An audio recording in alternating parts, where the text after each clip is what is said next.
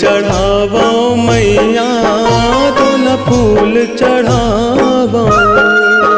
तोला फूल चढ़ावो मैया तोला फूल चढ़ावो।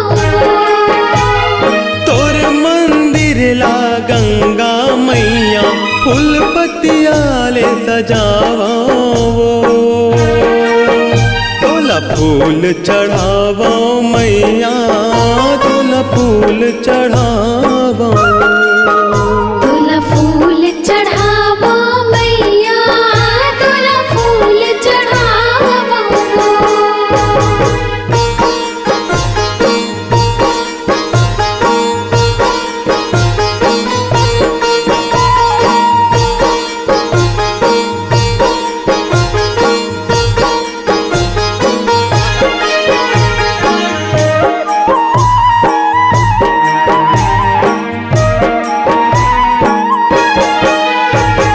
फुरहर फूल के पैरावो फुल्ली चंदनी गोंदा के लगावो टिकली। फुरहर फूल के पैरावो फुल्ली चंदनी गोंदा के लगावो टिकली। गुलाब फूल तोर पाँव में चढ़ावो। गुलाब फूल तोर पाँव में चढ़ावो। तोला फूल चढ़ावो मैया तोला फूल चढ़ावो। तोला फूल चढ़ावो मैया तोला फूल चढ़ावो।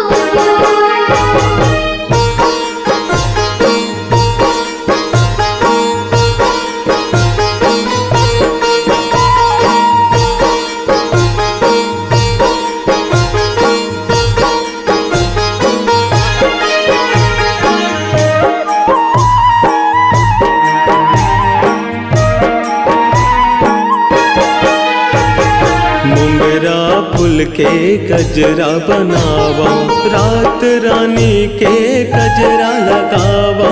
मोंगरा फूल के गजरा बनावो रात रानी के गजरा लगावो।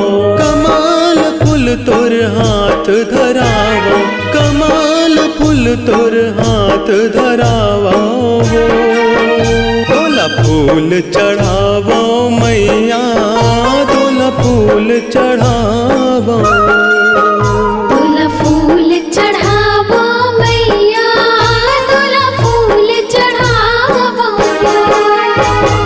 तोर मंदिर ला गंगा मैया फूल पतियाले सजावो। तोला फूल चढ़ावो मैया तोला फूल चढ़ावो। तोला फूल चढ़ावो मैया तोला फूल चढ़ावो। ओ तोला फूल चढ़ावो। ओ तोला फूल चढ़ावो। ओ तोला फूल चढ़ावो।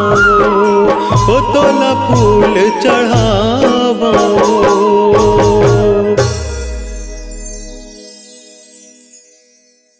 आप सुन रहे थे भूपेंद्र यादव के आवाज में यह प्यारा सा देवी गीत तोला फूल चढ़ावो मैया।